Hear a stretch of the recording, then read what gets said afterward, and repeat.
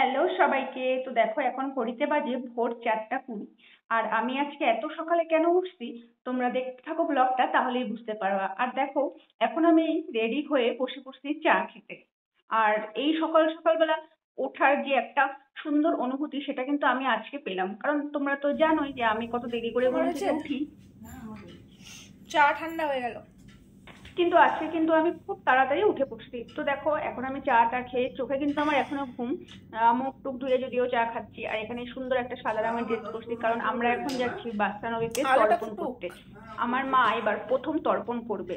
তো দেখো এখন আমরা বেরোচ্ছি, আর দেখো এখনো কিন্তু একদম আকাশ পরিষ্কার হয় নাই, আলোই ফোটে নাই ঠিক করে। আর এখানে যাওয়ার সময় ভারতী কাকিও জিজ্ঞেস করলো আমরা কোথায় যাচ্ছি। আর এই দেখো আকাশের অবস্থা এখনো কিন্তু ঠিক মতো আলোই ফোটে নাই, সূর্য ওঠা তো দূরের কথা।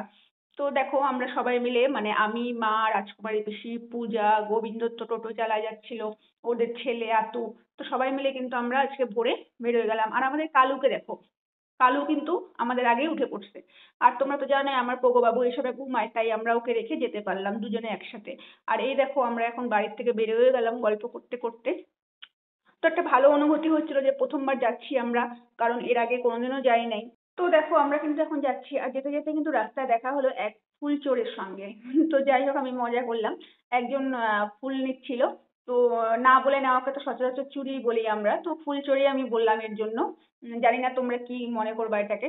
তো যাই হোক দেখো বলতে বলতে কিন্তু আমরা চলে আসলাম রেলগেট পার করে আমাদের কালচিনির। আর এটা হচ্ছে এখন আমাদের কালচিনির মেন চৌপতি। আর এই দেখো এখন আমরা চলে আসলাম হচ্ছে হ্যামিল্টনের রাস্তায়। তো এখন আমরা আস্তে আস্তে হ্যামিল্টনে পৌঁছায় যাব। আর দেখো আমরা যখন পৌঁছাচ্ছি তখন কিন্তু আস্তে আস্তে ভোরের আলো ফুটতে শুরু হয়েছে। আর রাস্তায় সেরকম একটা লোক নাই, আমাদের কালচিনিতে তো খুবই লোক ছিলই না, বলতে গেলে খুবই কম। আর এই দেখো আমরা এখন পৌঁছায় গেলাম হ্যামিল্টন চৌপতিতে।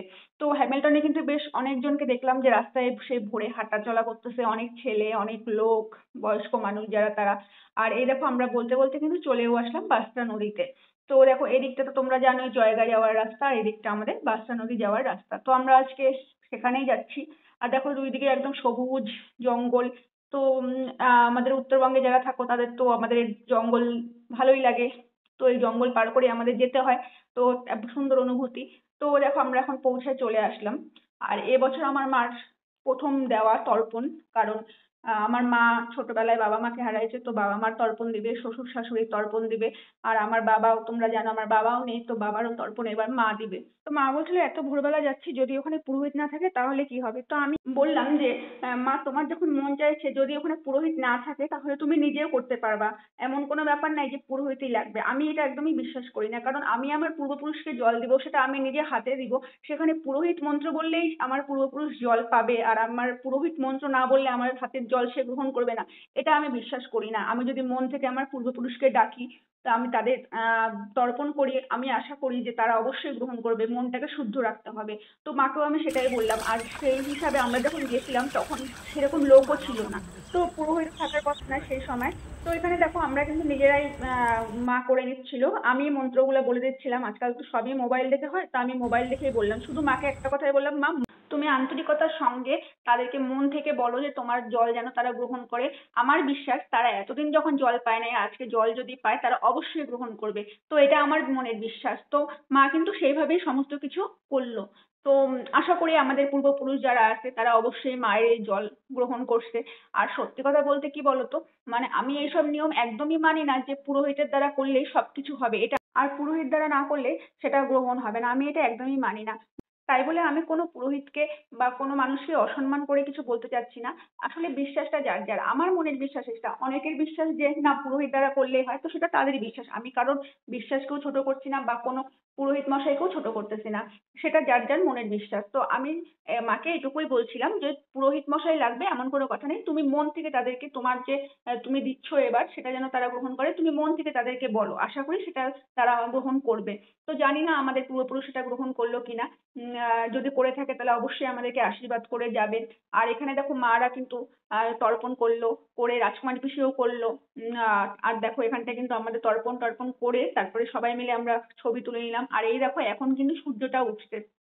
একদম সুন্দর গাছের ফাঁক থেকে সূর্যটা দেখা যাচ্ছে। আমার তো এই দৃশ্যটা খুবই ভালো লাগছে।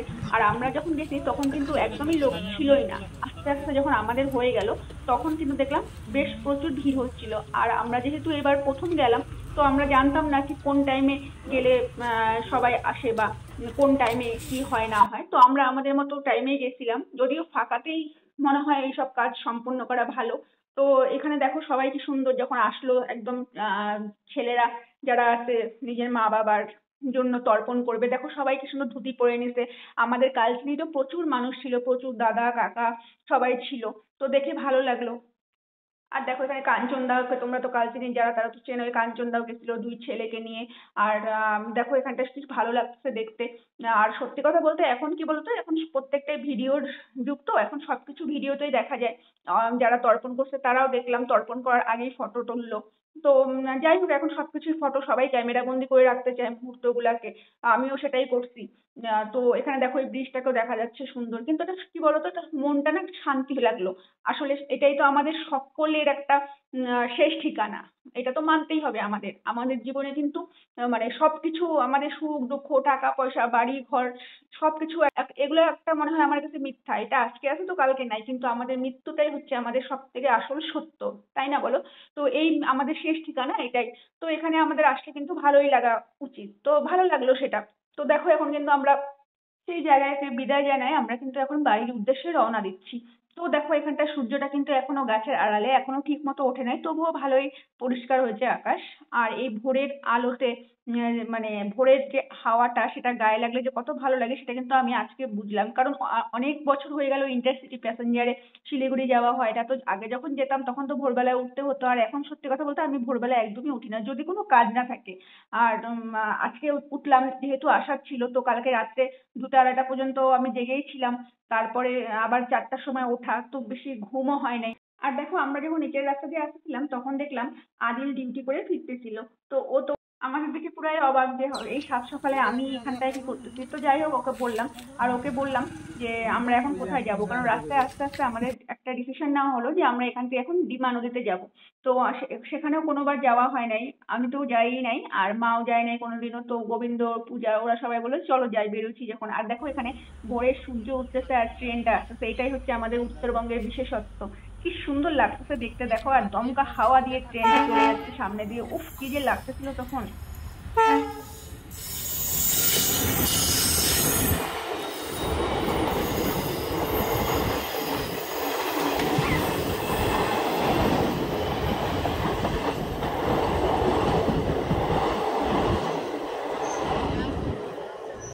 তো দেখো এই ভোরে ইন্টারসিটি এখন পার হলো, আর দেখো ট্রেনটা চলে যাচ্ছে। আমি কিন্তু একদম শেষ পর্যন্ত ভিডিও করছিলাম, এত সুন্দর লাগতেছিল এত সুন্দর লাগতেছিল কি বলবো। আর এই দেখো ট্রেনটা কি সুন্দর লাগতেছে না? তো এটা হচ্ছে আমাদের উত্তরবঙ্গে যারা আমরা থাকি তারা কিন্তু এই দৃশ্যটা সব সময় দেখতে পাই। আর হচ্ছে দেখো, আর আদিলকে আমরা বলছিলাম যে আমরা যেহেতু ডিমা যাচ্ছি তো তুইও চল। তো ও তো প্রথমে বলতেছিল যে না, ওর নাইট ডিউটি ছিল যেহেতু, তো ও না করতেছিল। তো আমি বললাম যে চল, যখন তুই জায়গায় আছিস চল ঘুরে আসবি। তো ওকে কিন্তু বললাম তুই স্কুটিটা রেখে আমাদের সঙ্গে চল। তো ও তো প্রথমে বলছিল না যাবো না যাবো না, তারপরে কিন্তু আমি বলাতে কিন্তু ও রাজি হয়ে গেল। আসলে আমি কিছু বললে ও না করতে পারে না, তো চলে গেল। তো তারপরে দেখো এখানটা কিন্তু রেল গেটটা যখন উঠাচ্ছিল আমি দেখলাম যে এই দাদাটা কিন্তু বেশ খাটনি করতেছে, কারণ এখানে এই রেল গেটটা উঠানোর কিন্তু সিস্টেমটা বেশ এত বড় বিশাল একটা চাবি দিয়ে কিন্তু লকটা খুললো। আর এই দেখো এখানটা এরকম একটা মোটা লোহার একটা পাইপ এভাবে ঠেলে পাঠাচ্ছে। তো যাই হোক সেটা দেখে কিন্তু আমরা এখন রওনা দিলাম ডিমার উদ্দেশ্যে। তো এখানে কিন্তু আমাদের বাসা নদীতে সত্যি কথা বলছি খুবই ভালো লাগলো। আর তর্পণ দেখতে তর্পণ করতেও কিন্তু খুব ভালো লাগলো, যদিও আমি করি নাই, মা করছে, কিন্তু আমি দেখলাম কিন্তু মনে হয় যেন খুব শান্তি লাগলো একটা। তো এইভাবে চারিদিকে সবুজ গাছপালা দেখতে দেখতে কিন্তু আমরা এখন চলে যাচ্ছি ডিমা নদীর উদ্দেশ্যে। তো দেখো এখানে আমি আর মা পাশাপাশি বসে যাচ্ছি। আর মাকে আমি জিজ্ঞেস করলাম যে কেমন লাগলো, তো মা বললো যে খুবই ভালো লাগলো। ছোটবেলার থেকে তো মা বাবাকে কখনো দেখি নাই, শ্বশুর শাশুড়িকেও দেখি নাই। তো তাদেরকে জল দিতে পারলাম, খুবই ভালো লাগলো। সাথে তোর বাবাকেও দিলাম। তো খুবই ভালো লাগলো। তো মার ভালো লাগলো মানে আমারও ভালো লাগলো, তোমরা তো জানোই। আর ভালোই কাটলো আমাদের আজকে এই বাসানো নদীতে, সকালটা কিন্তু খুব সুন্দর কাটলো। তো দেখো গল্প করতে করতে চলে আসলাম আমরা ডিমা নদীতে। আর দেখো এখানে কত আগের থেকে সমস্ত গাড়ির লাইন, প্রচন্ড ভিড়। আমি তো কোনো বছর দেখি নাই, আমি তো দেখি প্রায় একটু অবাকই হয়েছিলাম যে কি এখানে মেলা বসে নাকি। তো যাই হোক, আমরা যখন গেলাম তখন প্রচন্ড রৌদ্র উঠে গেছিল আর প্রচন্ড গরমও ছিল। তো এই দেখো এখানটায় এই পরিস্থিতি, মানে এক জায়গায় অনেক দূরে টোটো দাঁড় করায়, তারপরে সেখান থেকে অনেকটা দূর, মানে এত গাড়ি জ্যাম লেগে গেছিল যে ওখান থেকে টোটোতে করে যাওয়া মানে 2 ঘন্টার মতো দাঁড়াতে হতো। তো তার জন্য আমরা পায়ে হেঁটেই চলে গেছিলাম। আর এখানে দেখো মানুষের ভিড় দেখলে পাগল হয়ে যাবা, মানে এত ভিড়। তোমরা তো জানোই হয়তো যারা যাও প্রত্যেক বছর, আমি তো এবার প্রথম বছর গিয়ে দেখলাম, তার জন্য হয়তো আমার কাছে কিছুটা আশ্চর্যের। তো দেখো এখানটা কিন্তু একটা ছোট মেলাই বলতে পারো।